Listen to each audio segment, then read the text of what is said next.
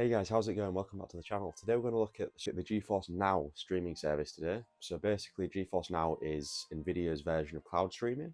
It's literally one of the best cloud streaming platforms I've used. Let's get a few things out of the way first. It's expensive. It's £17 a month for the ultimate version for the UK. I'm going to guesstimate that's around $21.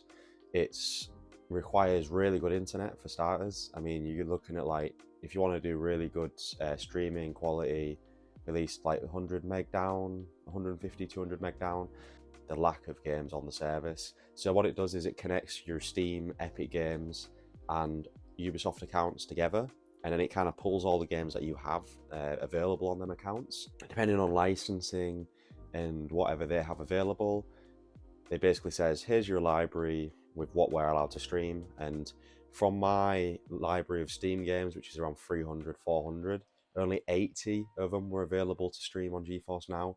So yeah, I was lacking a lot of games, and a lot of good games as well weren't available to stream. So we'll run through it. I'll show you how it looks, and we'll get into some performance. But yeah, this is Geforce Now.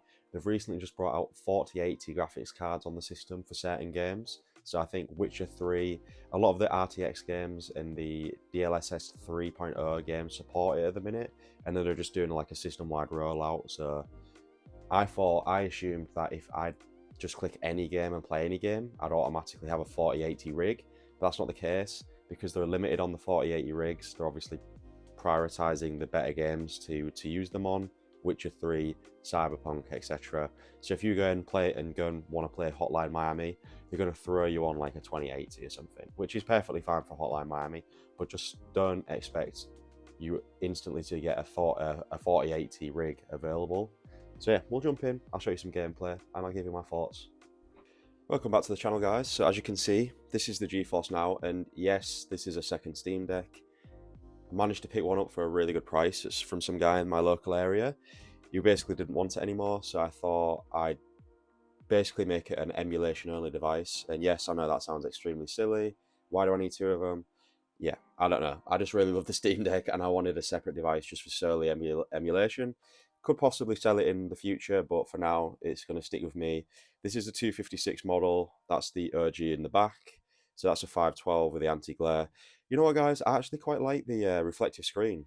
It somehow feels more vibrant to me than the anti-glare. I don't know what your guys' thoughts are on that, but yeah. This is the interface for Geforce Now. So if we do a bit of... there is a method of getting this on, and it is very similar to how we got the Microsoft Edge service on the device. Like I say, there is a method of getting this on the device, and it is very similar to how we get the cloud streaming stuff on. I'll show you that now, and then we'll jump back into some gameplay. So actually getting Geforce Now on the system itself is pretty straightforward. Like I say, it's pretty much just like getting the Xbox cloud streaming service on here. So what you want to do is you want to go to internet in the store, which is down here, and you want to look for Edge. Right, so Microsoft Edge. So we install the browser and we click launch. And once this launches, we need to go to console and type in a few commands. So the commands that we need to type in will be in the description below, along with the actual web page I used to install Geforce Now. So what you want to do is open console. Once console's open, so what we want to do is, if you have an external mouse, you want to use right click and paste. If not, you can use the left trigger with the keyboard down. So just left trigger and then paste. So you paste the first command in, run the command by opening the keyboard again, Steam Deck and X, and then just pressing enter. So you want to run the first command, and then you want to find the Microsoft Edge app in your actual application area. So if you just go internet, it's easy to find. Right click on it, give it a second, and add to Steam. And once this is in Steam, you can go to your library in Steam, and then what you want to do is navigate to actually finding it, which if you're like me and have a lot of emulated stuff on here, it gets a bit annoying to have to close all these down. So once you get it uncategorized, it should be Microsoft Edge. Mine's already been named Geforce Now, so for the sake of this example, I'm just going to go find Geforce Now. So there it is. For you, that'll say Microsoft Edge. what you want to do is click Manage, Properties, and then you see these launch options here. If you go right to the end, so see where this at is, we need to add this whole section here, which will be in the description. So what you want to do is, for the sake of this, I'll just show you again. So what you'll do is open launch options, and then once you get right to the back end of this, all these commands where it says at, you'll then paste the new set of commands in. And what you want to also make sure is that it has a space between the at and the dash, otherwise it won't work. So once that has a space, you should be fine. And then you can also rename it to GeForce Now too. So play.geforcenow.com/mall layout/games. So I've got it actually fully linked into the game library, so it opens up straight away. The one that's linked on the website that I used literally doesn't work. I think GeForce Now had changed their name or something. But yeah, once that's done, all good, and then we can do the customized images back in Steam. So we'll go back to gaming mode now, and we're back. So as you can see, it won't be the first thing that appears on yours now, so you'll have to go to your recent games, you go library, and then you'll go non-Steam, and then scroll down to it. If you've changed the name, it'll be GeForce Now. So when you've fully done that, you can now change the artwork if you've got the Decky plugin. If not, you can check out a previous video. Basically, this just lets you quickly change the box art for it and make it look decent. So once the setup's complete, we can then get into the gameplay. So the first thing you'll see is the home screen. Weirdly enough, my mouse doesn't work properly on this home screen, whereas the Xbox had like a built-in controller system setup. So as far as the home screen splash screen goes for it, the Xbox beats it out. But once you've logged in, it's not too difficult to just use your finger. A little bit annoying, but it is what it is. So this is GeForce Now, and yeah, it's basically just a streaming service from Nvidia. More expensive because you're accessing a real-life PC instead of an Xbox. And yeah, it just gives you much better performance, especially when you're only streaming at 800p, which is the screen's resolution. For me personally, when I'm at home, this is a game changer. Not only do I get extremely good battery life with this, it just lets me play all my games as well. So you're getting your Steam cloud linked, and yeah, it's literally just having a 3080 in your pocket, as long as you have the internet connection. I must stress that you need a decent internet for this to work properly. 5 gigahertz Wi-Fi is preferred. As you can see, we're now on the PC. So it's literally just like loading it up on the PC. The Hitman 2 has a bit of an annoying set of options to start with, but just to show you the basic settings that we've got running here. So as you can see, I did go on this earlier just to try it out, and it works really well. Pretty much all high settings possible. I've got it running at 800p as well. You could set it higher, and you could basically upscale your games, so it'll be running at a lot higher graphics resolution as well. And the games do look better. Like you can run it at 16:10 at 1080p, but I found that you get less battery life because it's streaming a higher quality of game. And yeah, the actual graphical difference is there, but it's just not worth the loss of like 2 hours in battery life. So I just prefer just running the native resolution. And the awesome thing is, unlike Xbox's streaming services, you don't get any black bars on the top and bottom when you're streaming, as long as the game supports 16:10, which is really nice. So yeah, it's just literally like a fast PC, except you're streaming it from the cloud. And like I say, when we get to The Witcher 3, it's actually got a 4080 that they're allowing us to use now because of RTX and all that. So the graphics look phenomenal, like they look stunning, and there's literally no latency for me. I mean, unless you're doing side-by-side tests or actually comparing latency via like an input method where you can see down to the millisecond, to me this is like I'm playing it on the device. And my Wi-Fi router's downstairs and I'm playing it upstairs, so I'm not even next to my router and I'm getting this good of a performance. Bearing in mind I'm only streaming 800p, so it's literally one of the bare minimums that it could possibly stream. It's like probably one of the easiest things to stream as well, so you probably don't need a massively amazing internet to stream 800p, but like I say, the latency is literally non-existent for me. I don't know if you guys can see. I am recording this at 60 FPS, so you should be able to tell. As you can see, it looks really, really good. I mean, this is Hitman 2, so it's not the newest one, but yeah, I was blown away by how good the streaming quality was on this compared to the Xbox cloud streaming service, which I've trialed before.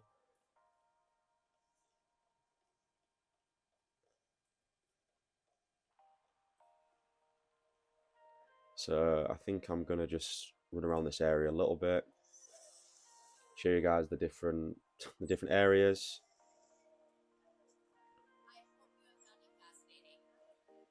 Works really well, and just to give you an idea of the battery life we're going to get, an hour. I know this is not the best example ever. I was playing this last night. An hour and 13 minutes at 26%. So if you work that out backwards, you're getting like 4 to 5 hours of battery life streaming 800p on Geforce Now. If you was playing this natively, you'd be looking at 2.5 hours, and you probably wouldn't be running it at the highest settings either.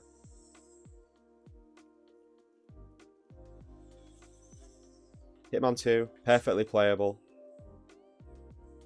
and is one of the games that we can test on Geforce Now servers. So let's move on to something bigger. So this is The Witcher 3. I did load it up on Steam, but annoyingly now it has to go through to GOG as well, because it's a CD Projekt Red game. I think they've like made everything open up in bloody GOG. So once you open that, it'll open up in GOG, and then you can actually launch the game. This one looks phenomenal. So if you're in the EU, or I mean, America has a certain few servers with the RTX 4080 on at the minute, but the EU has the central server with the RTX 4080, and basically it prioritizes these newer games with the different systems. So like I said in the intro, only certain games will run on the 4080 at the minute until they get it pushed out. But this is one of them. If I was on the PC, you can press Ctrl and N and it shows the system that you're actually running the game on, but for some reason it doesn't like to show up here, even though I've got it mapped to Ctrl and N. It doesn't seem to work, but it should. So as you can see, DLSS quality, auto, got everything set to ultra, display, and then to prove that we have the 4080 running at the minute, we've got frame generation, which is the new technology, DLSS 3. Probably a bit overkill on this because we're not running 4K, so like it's not really necessary. But if I run it at like 1200p, I just really wanted to prove to you that it was the 4080 running on this at the minute. Yeah, if we just run it at 1200p, like I say, it's going to cost the battery life more because you're streaming at a high resolution, but it looks insane, especially with all the hairworks and the ray tracing enabled. But yeah, The Witcher 3 quality graphics running on a Steam Deck with a 4080 card somewhere in Germany, I think I'm streaming from. It looks unreal. It looks amazing. If we do turn off some of the unnecessary, because I do think it's making it a little bit blurry, if we turn off the DLSS, not really necessary, and we're running at such a low resolution, there we go. Looks a lot sharper now. And yeah, zero latency that I can tell from my eyes. I mean, I think the Witcher 3 games, you are a bit slow jumping anyway, so it's not a massively good example, but turning the camera, as you can see, pretty much on cue. Bearing in mind, there is a closer data server to me. It's the London server, but that doesn't have the 4080 running. It only has the 3080, so I hopped over to the Germany one just to see what the 4080 was like, really. And it's amazing in some of these games. It really does look really good, especially on the Steam Deck smaller screen. But yeah, I'll just place a little bit more of The Witcher 3. I don't know, what are you guys' opinions on the new Witcher 3 update? You like it? Do you like this new camera angle? I'm not sold on it yet. It does look more immersive. Turn that frame generation off and see what the settings are like, or what the graphics are like without it.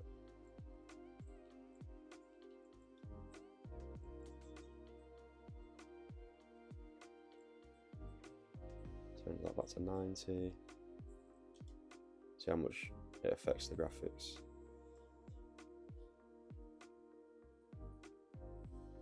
Yeah, still locked at 60. So on this kind of resolution, that kind of technology is overkill, not really necessary, but it's pretty cool that you get to use a 4080 on a Steam Deck.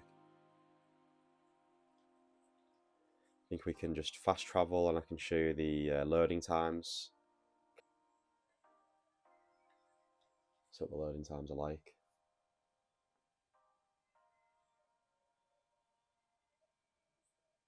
Yeah, pretty damn quick. So, oh, bit of stutter. And I think it's just loaded in the area, but yeah. Get Roach. If I can remember how to even summon him, let's double click on.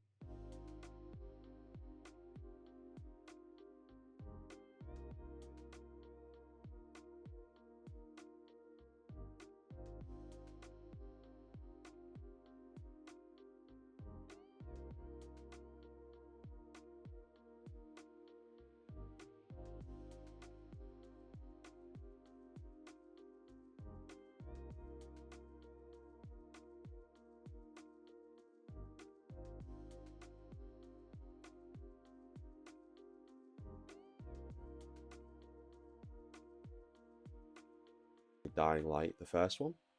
So I don't actually own the second one, otherwise I tried that one first. But as you can see, settings quickly, ultra settings for most of these. It's still 800p. We could boost that up, but we have to go back to the main menu. I think it looks fine though as it is, and we don't need to boost up to the highest setting. So yeah, this one works really well. This one does work really well natively, but the extra power of the, I'm pretty sure this is running on a 3080, is insane. I mean, look at this. We're 60 FPS, zero latency whatsoever. That's the main thing with the streaming services, is the latency. I think that's the killer feature for me. So if it has zero latency, literally easily playable.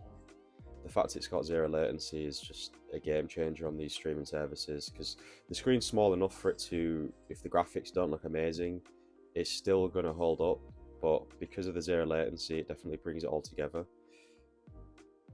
It's quite a fast-paced game anyway, so you need a decent latency in order to get away from the zombies and just to do some free running in general, so it definitely works really well.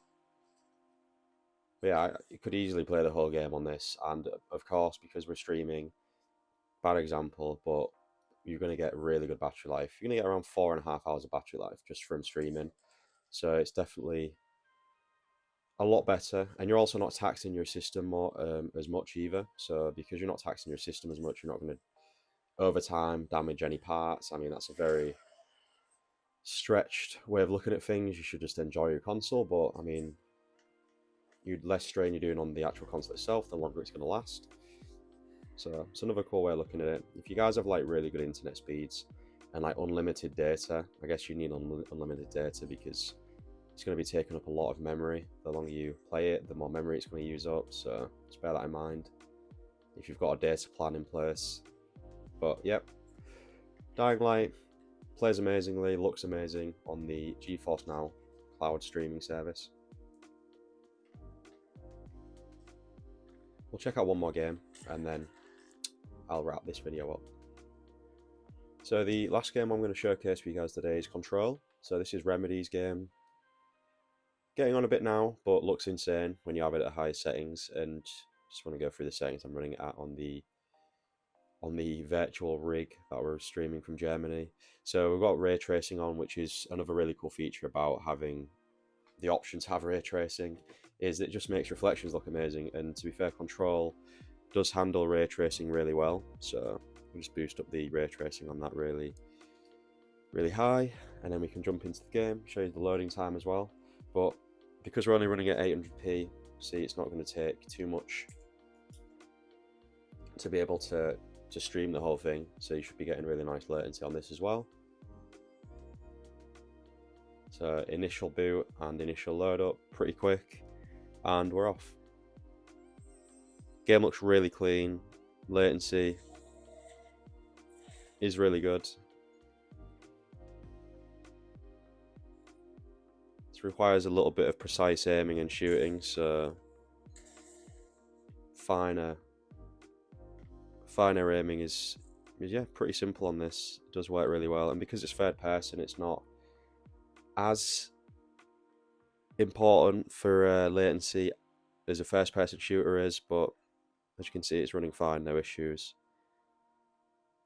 And this is going to have the ray trace reflections as well, so as you can see, nice reflections on the floor.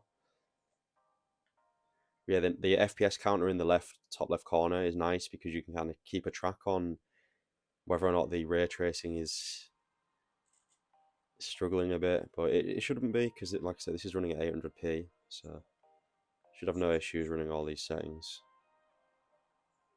But I don't think this is running the 4080. I'm pretty sure this is either a 2080 or a 3080.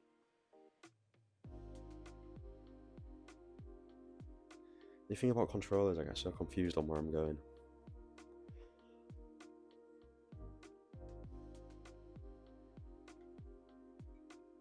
We're back in the director's office. But yeah, if I was to keep the service, I would love to see more games added to it. If you guys have used the service before in the past, let me know if, like, how often they actually add games to it. Because yeah, like I say, there's not a lot at the moment, and that was even after connecting my Epic Store account, which I've accumulated a lot of games on over time. But I suppose it's quite nice to have the ability to